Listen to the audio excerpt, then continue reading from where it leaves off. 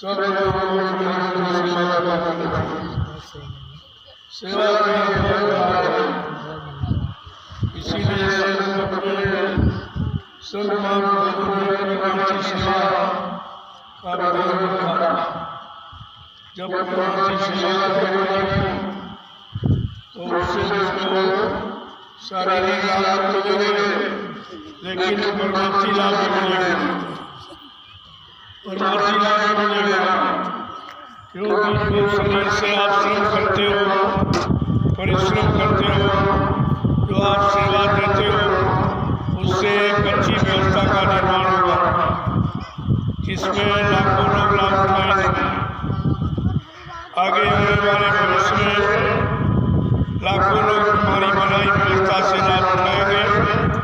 ये तुम्हारी परमार्थी सेवा है। तरह तरह की बीमारी, महामारी, दुख तकलीफ से आपको नजात दिलाती है परमार्थी श्रमदान सेवा। ये परिश्रम का दान है। आप परिश्रम का दान देते हैं, परिश्रम करके आप मजदूरी नहीं लेते। आप अपना श्रम का दान, इससे बड़ा कोई दान नहीं। और जिस श्रम परिश्रम से जो भूखा बन के खड़ी होगी, जो आगे आने वाले भविष्य में लाखों लोग बुलाते, जब लाखों लोग लाभ उठाएंगे तब आपकी समझ में आएगा कि हमारी परमार्थी सेवा का कितना बड़ा योगदान, कितना बड़ा लाभ है। इसलिए कलयुग में जब संत महापुरुष आए और कर्मों के भार को देगा कि जीव पर इतने कर्मों का बोझा लगा हुआ है, वो तो कोई माफ कर सकता नहीं और उसको ज्ञान भी नहीं है। वो निरंतर पूरे कर्म करके अपना बोझा बढ़ाता रहा। तो इसलिए संत महापुरुषों ने शोध किया कि कलयुग के गंदे कमजोर जीवों को कैसे बुराइयों से निकाला जाए, बुरे खान पान से निकाला जाए, बुरी संगत से अलग किया जाए और सुमरन ध्यान भजन में उसको लगाया जाए। तो उन्होंने शोध किया। शोध करके ये फार्मूला निकाला चुकी उपाय कि अगर ये शरीर से यानी परमार्थी श्रमदान सेवा करे तो शरीर से किए हुए पाप खत्म हो जाते हैं। जब अच्छा हो जाएगा तभी तो भजन में मन लगेगा। ऐसे कोई भजन अपनी इच्छा से नहीं कर सकता, अपनी शक्ति ताकत से कोई नहीं सकता। वो तो सद्गुरु की कृपा पर निर्भर है।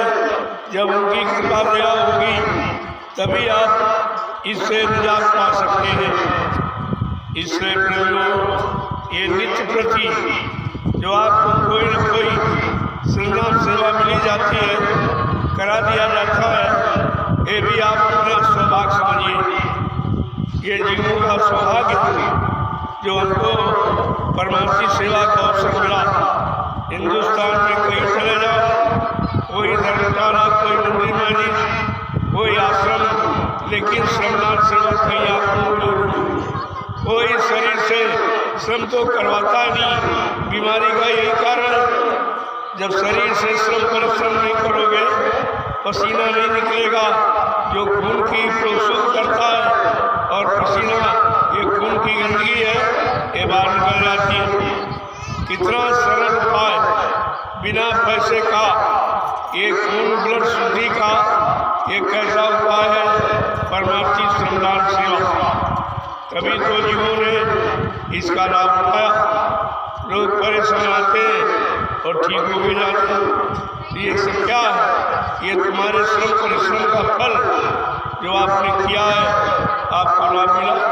शरीर से लाभ शरीर को तो मिला, लेकिन जो शरीर से आप व्यवस्था बना रहे हो, जो व्यवस्था आगे आने वाले लाखों जीवों को लाभ देगी, यही तो सच्चा परमार्थ है और सच्ची परमार्थी सेवा। तो बड़े लगन तन्मयता के साथ हमें आपकी सेवा करनी चाहिए। संतों ने कलयुग में हम सब जीवों को काल माया के जाल से निकालने के लिए, कर्म करने के उद्धार कराने के लिए तरह तरह की सेवाएं रखी। जिससे जिससे हमने आपने पाप किया, प्रयोग करके खराब किया, वो सब यानी सेवा से ही वो अदा करा देते। उनके पास ऐसी युक्ति है तो वो आपका शरीर से आपने पाप किया तो शरीर को श्रमदान में लगा दे। श्रमदान, श्रम का दान, आप अपने परिश्रम से मेहनत का दान दे रहे हैं। ये दान है आपका, क्योंकि इसके बदले आप कोई मजदूरी मांगते नहीं, कोई सामान आप मांगते नहीं हो, इसलिए आपका श्रम परिश्रम ये दान का स्वरूप है। और जब दान दोगे तो उसका लाभ मिलेगा। अब लाभ यह है कि शरीर के से श्रम किया और वो निस्वार्थ किया तो उसका लाभ ये है कि तमाम तरह की बीमारी महामारी से आप बच जाएंगे, दुख तकलीफों से बच जाएंगे, दुर्घटनाओं में आपकी मदद हो जाएगी। ये सब तरफ का लाभ है यानी श्रमदान सेवा का। और लोगों से कहा पहले बच्चों को सुनो, जब वचन सुनोगे, परमार्थी वचन सुनो, महापुरुषों जब सुनोगे तब आपको परमार्थ की परिभाषा समझ में आएगी, परमार्थ का लाभ समझ में आ जाएगा। परमार्थ क्यों क्या किसे कहते हैं ये सब जानकारी आपको। तो ये विभिन्न तरीके जो महापुरुषों ने हमारे आपके द्वारा किए गए पाप कर्मों को जलाने खत्म करने की जो उन्होंने योजना बनाई है, यही है परमार्थी श्रमदान सेवा। बड़ा इसका लाभ देखो कितने प्रेमी कर रहे हैं, इतनों ने कर दिया है तो लाभ तो सबको मिलेगा। अगर आप कहीं 2-4 पौड़े मारे उसका लाभ भाई जितना करोगे उतना मिलेगा। ये तो आपके कर्म पर निर्भर है, आपकी करनी पर निर्भर है, आप कितनी करनी करते हो। केवल भोजन भर के लिए अगर श्रम किया तो भोजन का हो गया कर्जा, बाकी संगत का कर्जा और गुरु का कर्जा, ये दो तो बाकी रह गया। आपने बल्ला साहब की कहानी सुनी, बहुत बड़े सेठ से एक तरह से राजा ही, लेकिन उनके अंदर बैराग की भावना लगी तो कहा चलो गुरु की तलाश की जाए। तो गुरु के पास पहुंच गए, यानी गुरु ने बुला, अरे हम आप सच्चे गुरु की पहचान नहीं जानते, उनकी खोज करेंगे तो कहाँ करेंगे, मालूम तो कुछ है नहीं। कहा गुरु खुद ही बुला लेता अपने जीवन। और जब पहुंच गए तो मतलब कहने लगे हम आश्रम में रहना चाहते, करें अभी तुम्हारा कर्म कर्जा बाकी, जाओ परिवार में जो तुमने कर्म कर्जा लिया उसका पहले भुगतान, जाओ बाल बच्चों की शादी ना करो, पत्नी को समझाओ बुझाओ, धीरे धीरे उसको ले आओ तो फिर दो आदमी दो जीव ठीक हो जाएंगे। और रोज पूछते थे, एक दिन पूछा कि क्या करते हो, सरकार कुछ नहीं करते। अरे कहा से तो करते रहता, आश्रम में आया हो तो कुछ न कुछ जरूर करो। तो कहा एक गट्ठा लकड़ी बीन के लाओ, तोड़ के नहीं बीन कर। तो उन्होंने कहा जब एक गट्ठा तोड़े बीन करके लाने लगे, 2 महीने के बाद पूछा, अरे मेरा तू क्या करता? कहा हुजूर मैं तो लकड़ी तोड़ के लिया। कहा ये भंडारे की सेवा, कहा ये तो तेरी रोटी की सेवा भी, अभी संगत सेवा तो गुरु सेवा तो कहा अच्छा 2 घंटे ले आए। अब 2 घंटे लकड़ी बीनना पूरा दिन चला जाता था। बीन के आदेश पालन के लिए किस तरीके से भाव बनाया जाता है, कितना विश्वास किया जाता है, ऐसे भाव भक्ति ऐसे नहीं। गुरु भक्ति बहुत सरल बहुत कठिन, अगर तुम्हारे मन में साथ नहीं दिया तो तुम गुरु भक्ति नहीं कर सकते। तो कहने दो जी 2 महीने बाद फिर ऊँचा बनना कर दो, और सरकार रोज भंडारे की सेवा रोटी की सेवा। अरे भाई गुरु सेवा तो रहेगी, संगत सेवा रहेगी, जाओ 1 घंटा और। तो अब 3 घंटे, अब 3 घंटे मिलना छोटी बात है। वो भी बीन कर। अरे जब लकड़ी गिरेगी जंगल में तभी तो मिलेगी। और 3 घंटे बीनने में सुबह जल्दी जाते 4 बजे उठे पढ़ो, देखो यही भजन पूजन है। गुरु आदेश को मानना, उनके वचनों पर चलना, यही तो भक्ति है और यही मुक्ति है, यही मुक्ति का कारण है। तो वो सुबह जल्दी उठने लगे कि अब 3 घंटे तो ऐसे नहीं बीन पाऊंगा, चलो 4 बजे कम। इतनी चिंता रहती थी कि सेवा से हम कहीं वंचित न हो। तो 4 बजे जाने लगे, शाम तक मुश्किल से 3 घंटे। कहा बल्ला क्या करते? कहा कि सरकार हुजूर इकट्ठा भंडारे में 1 घंटा सेवा में और 1 घंटा संगत सेवा। कहा ठीक है, ठीक है। तो एक दिन अब ये परीक्षा है। अरे परिश्रम सेवा ही तो परीक्षा। कलयुग में जब सेवा लेंगे तब परीक्षा हो जाएगी, कौन सेवा कर रहा, कौन सेवा से अलग हो रहा, कौन छिप रहा, कौन सेवा का महत्व नहीं समझ पा रहा। ये सबकी परीक्षा हो रही। एक ही यानी एक बाण से कितने निशाने? ये एक दिन क्या हुआ, बेचारे सुबह जल्दी जाते थे नौकरी लेने। अब परीक्षा हो उनकी हो रही है कि पानी बरसा। इतना पानी बरसाया कि शाम हो गई।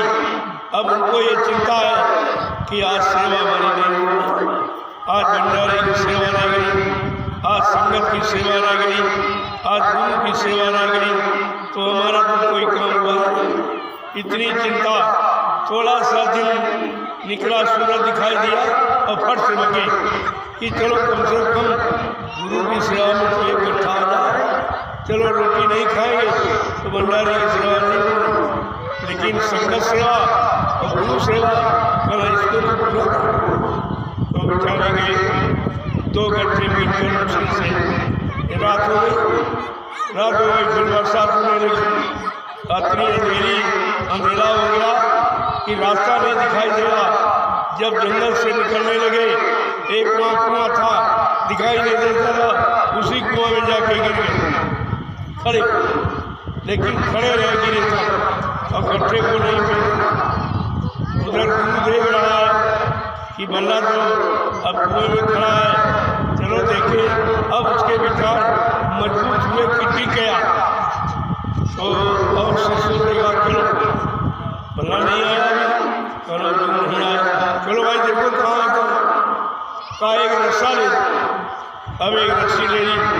अब उन्हें तो मालूम है कि कहाँ पर गिराया है, कहाँ पर खड़ा किया है, कैसे निकालेंगे। उनके भाव भक्ति गुरु भक्ति की परीक्षा कैसे होगी। तो लेके चले आवाज लगा रहे, बल्ला कहाँ है, बल्ला कहाँ है। बल्ला कुएं से बोल रहे, हुजूर यहाँ कुएं में हूँ। जब से वहाँ पहुँचे, रस्सा फेंका, कहा गड्ढे फेंक दो, तुम पहले निकालो। कहा हुजूर नहीं, पहले गड्ढे आएंगे, पहले संगत सेवा और गुरु सेवा, इसके बाद निकलूंगा। जब दोनों गड्ढे निकाल लिए, बाद में बल्ला जी निकले, गुरु के चरण पकड़ लिए, कहने लगे हुजूर सरकार कलयुग में ऐसी परीक्षा मत लेना, नहीं तुम्हारा कोई भक्ति शिष्य नहीं बनेगा। कलयुग में ऐसी परीक्षा।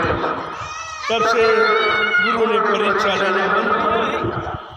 लेकिन आज एक नया खेल कि गुरु ने अपनी परीक्षा दी, अपनी परीक्षा दी। कल थी 18 मई, ये लीला की तिथि है, ये करिश्मा, ये खेल की तिथि है। तो मतलब अब कलयुग में तो कहा भाई कमजोर क्या परीक्षा ले जाए।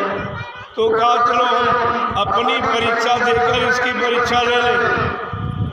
जो हम लीला करेंगे देखे इसमें इसका विश्वास घटेगा कि बढ़ेगा, ये अपनी जगह रहेगा। अब ये तटस्थ, ये दृढ़ता मजबूती में है कि नहीं है, इसकी परीक्षा हो। तो क्या हुआ, जब गुरु ने बड़ी परीक्षा दी तो सब फेल हो गए। हम सब फेल हो गए, सब के सब। किसी को विश्वास नहीं था कि गुरुजी बिना काम किए कैसे चले जाएंगे। अगर चले जाएंगे तो उनका काम का वादा पूरा हो जाएगा, सारे संतों की बदनामी हो जाएगी, सारे संतों को कलम लग जाएगा। ऐसा काम कैसे करेंगे। ये मजबूती आप लोग होनी चाहिए थी, लेकिन सब बेचारे भ्रमित हो गए। एक बार शंका ने सबको झकझोर दिया और इनको विश्वास हो गया कि गुरुजी चले गए। उसी शंका में सब बेचारे मारे मारे घूम रहे, कोई सुनने वाला, कोई उत्तर दूर करने वाला, कोई समाज करने वाला, कोई रक्षा हिफाजत करने वाला नहीं था। तो फिर घूम करके गिरा जाए जैसे उड़ी जहाज को पंछी पुण्य जहाज पर आवे, मेरो मन अनंत कहाँ सुनता बाकी जैसे पंछी समुद्र में जहाज जा रहा उस पर बैठ गया। अब वो जहाज को छोड़ा गया, इस पर जरा दूसरे को देखो, दूसरे पर बैठो। वहाँ तो कोई पेड़ पौधा था नहीं समुद्र। आखिरकार घूमता रहा लाचार मजबूर होकर फिर उसी जहाज पर, क्योंकि जहाज ही ले जाएगा और तो कोई पार करेगा नहीं। कहने का मतलब जब नाम जहाज लगाया गया और तुम सब लोग भ्रमित हो गए, नाम जहाज को अपना जहाज, अपना साधन, अपना उपाय आपने समझा नहीं, तो धीरे धीरे धीरे जीव सब जगह गया, लेकिन कहीं गुरु की दया नहीं मिली। गुरु से मिलने वाला लाभ, सुख और शांति कहीं नहीं मिली।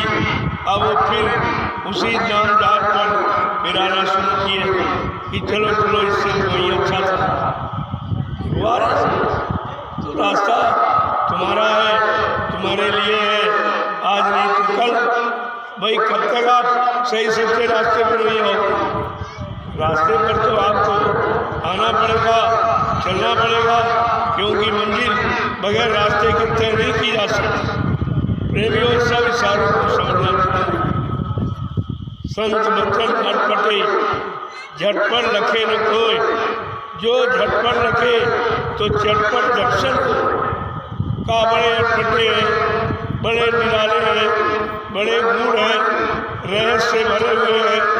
अगर किसी ने समझ लिया और चल पड़ा तो एक न एक दिन पूरी मंजिल पर पहुँच जाएगा। जय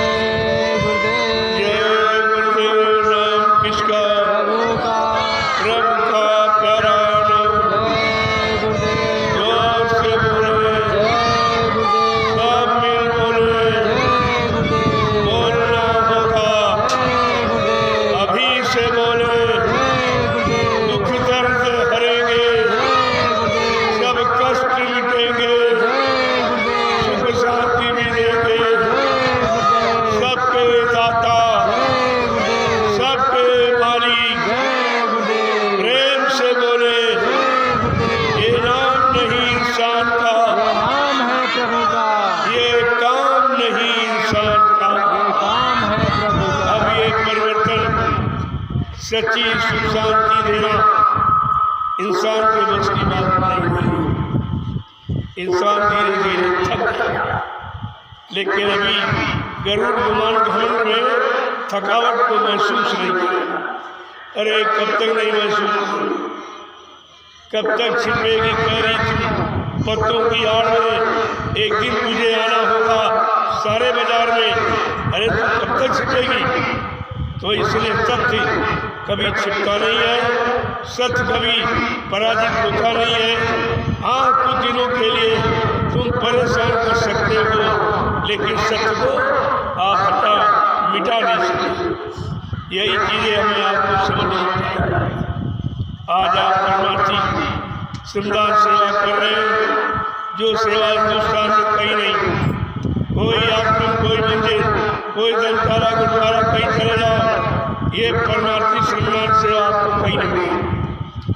और सत्संग आध्यात्मिक जीवात्मा जगह परमात्मा से मिले, ये भी आपको कहीं सुनने को नहीं मिलेगा। और तीसरा है प्रभु प्राप्ति का रास्ता, और रास्ते पर चलना यानी सुमरन ध्यान भजन नित्य नियम से करना, आत्मा के घाट पर बैठकर मन बुद्धि चित्त को रोककर नाम की कमाई करवाना, ये भी कहीं नहीं हो रहा।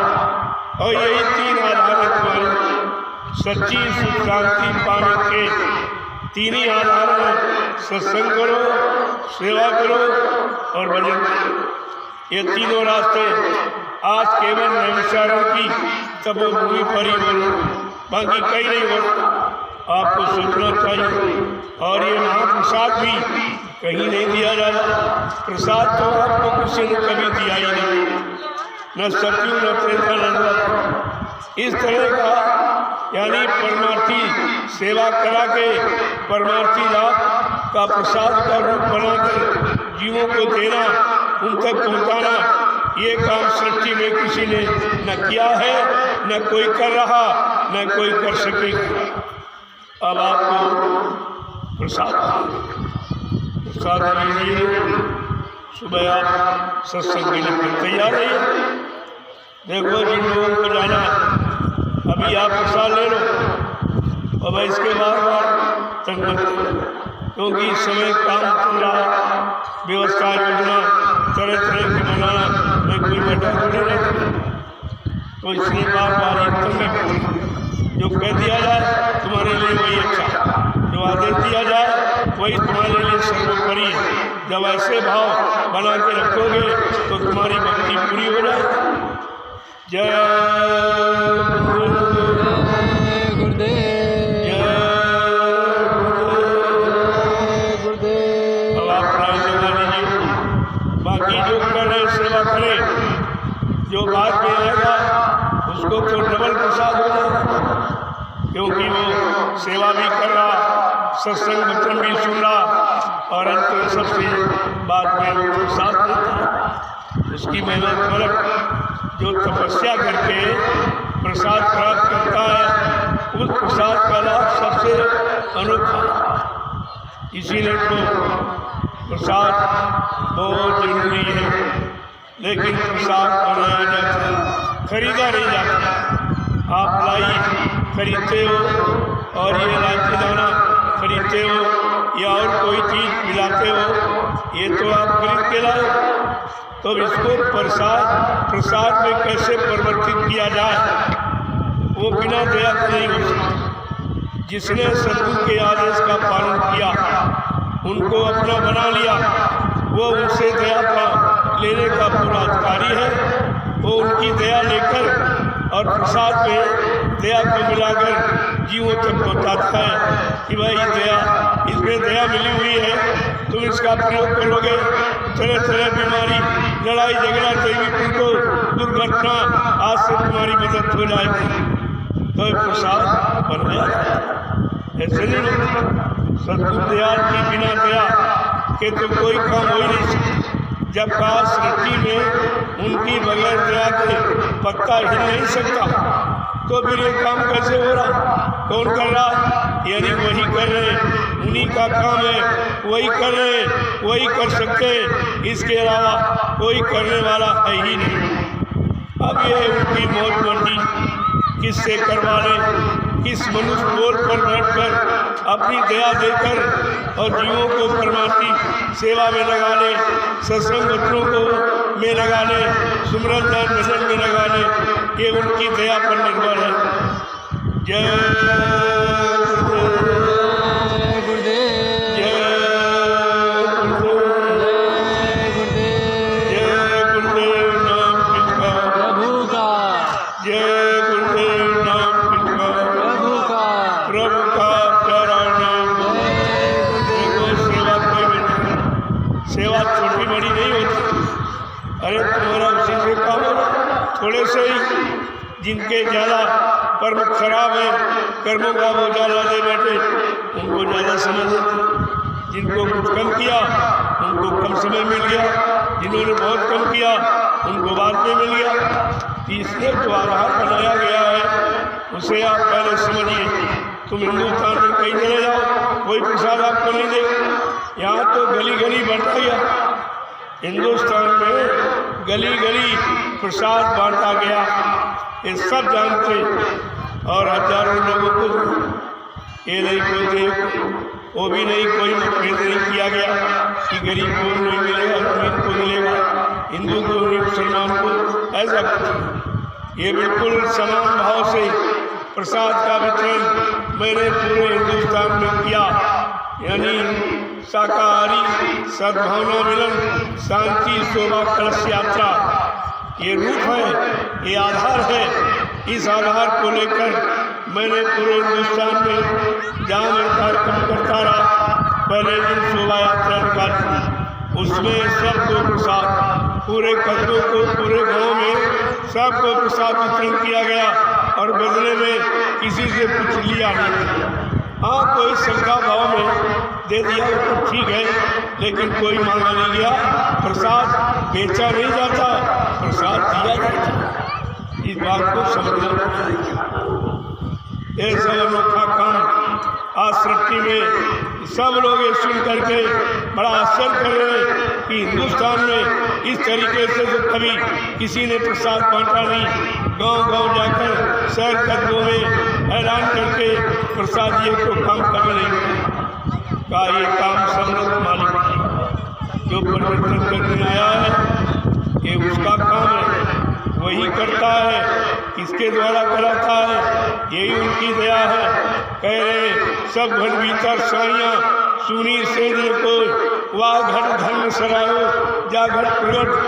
सारे घट में कहते जीवात्मा बैठी है, लेकिन वो घट धन्य है जिस घर से मेरा संदेश प्रसारित होता है, मेरा ये सब काम परमार्थ का कराया जा रहा, वो घट मेरा ही घर है, वो घट खास खुदा का और किसी तो माध्यम तो हमेशा बनाया।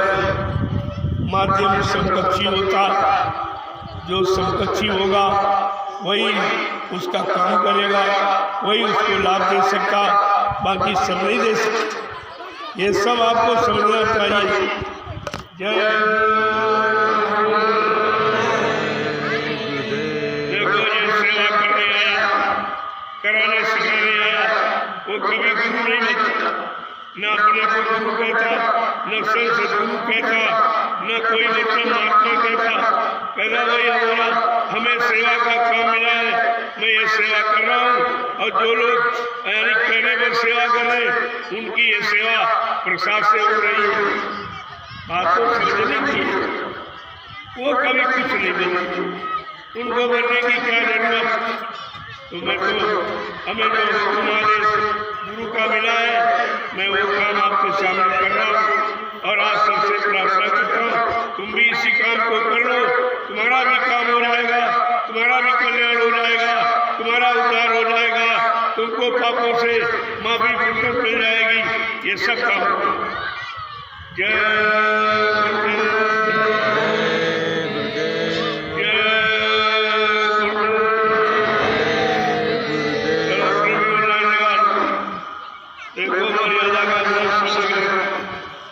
हमारा देश मर्यादा का देश, यहाँ ऋषि महात्माओं ने तरह तरह की मर्यादाएं जीवन को सकुशल बनाने के लिए रखी हैं, लेकिन हमने सारी मर्यादाओं को तोड़ दिया, खत्म कर दिया। तो आज हम सब लोग मुसीबत में चले गए, ऐसी मुसीबत में फंस गए कि अब कोई उस मुसीबत से निकालने वाला, कोई रक्षा सुरक्षा संरक्षा हिफाजत करने वाला है ही। देखो कितना आपने क्या किया, इसलिए इस प्रसाद को ले लो। आपने परमार्थी सेवा की है, मैं ऐसे परमार्थी सेवा करने वालों को प्रणाम करता हूँ, नमन करता हूँ, उनका दर्शन करता हूँ और उनको महाप्रसाद देता हूँ। ये तीनों काम हिंदुस्तान में कहीं नहीं हो रहे, कहीं आप चले जाओ ये काम आपको कहीं नहीं मिलेंगे। ये केवल 88,000 ऋषियों की तपोभूमि पर हो, ये उनकी तपस्या का फल है, तपस्या का लाभ है, और तपस्या के द्वारा जो ये पावन पवित्र भूमि बनी है उस पर ये पावन पवित्र कार्य शुरू हो गया। आपको शुक्र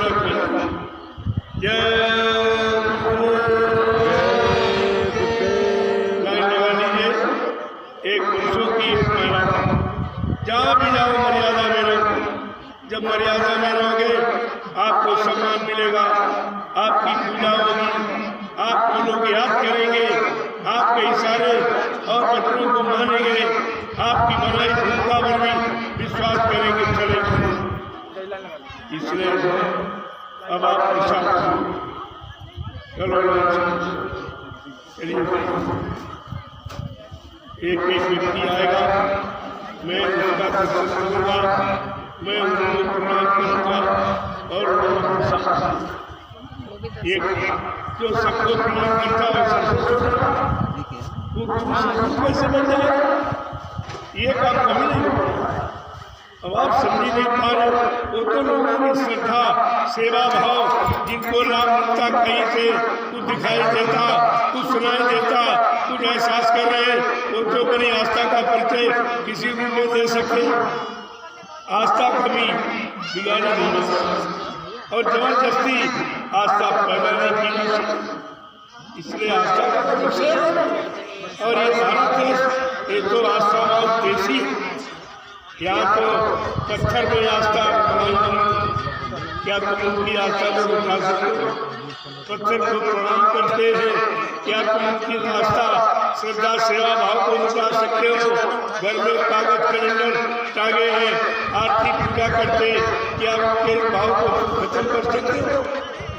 और ये तो चेतन पूजा आपके सामने, इसमें दुविधा की क्या बात, इसमें शंका संदेह भूल की क्या, ये तीनों मिला के वो घर यानी रास्ता निकालती। अब ये है तुम किस रास्ते पर चल रहे हो, जड़ के रास्ते पर कि चेतन के रास्ते पर? जड़ के रास्ते पर चलोगे, जड़ में फंस के रह जाओगे। चेतन रास्ते पर जो संत महापुरुषों ने बनाया उस पर हम आप चलेंगे तो अपने चेतन देश पहुँच जाएंगे, अपने घर पहुँच जाएंगे, अपने सत्य मालिक या प्रीतम से मिलने। ये सत्ता सुखानंद है। जय जय गुरुदेव। आप लोग प्रसाद दीजिए, बड़ी शांति, कोई शोर शराबा न करे, ऐसा ऐसे लोग ये तुम्हारी मर्यादा है। इसीलिए तो सबको ये कहा गया था, सत्संगियों तुम्हें आदर्श मिलना है, संदेश सतगुरु का तुम्हें चरितार्थ करना है। ये आदेश है, ये संदेश सत्य ले जाने वाला, पहुँचाने वाला।